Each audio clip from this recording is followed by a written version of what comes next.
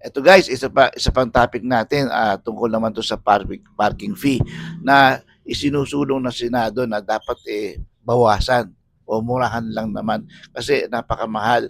At pag lumampas ka sa 3 oras nilang minimum, umaandar na yung iyong oras sa additional na babayaran natin sa pagpapark natin sa kanilang mga facility. Especially itong malls, especially yung SM, ang mahal-mahal, di ba?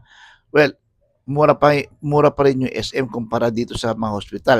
Kasi may mga hospitals na ang laki-laki ng hospital na nga, nagbabayad pa tayo sa parking nila, especially itong UMC dito sa Dasma. Ang mahal po ng parking diyan, 50 pesos. Ngayon, siyempre, hospital 'yan. Mas matagal yung paghihintay natin do sa hinihintay nating manggagamot bago tayo makalabas ng hospital nila. Kaya yung oras natin sa paghihintay lumalakad din yung binabayaran natin sa parking fee nila. Kaya dapat po ang Senado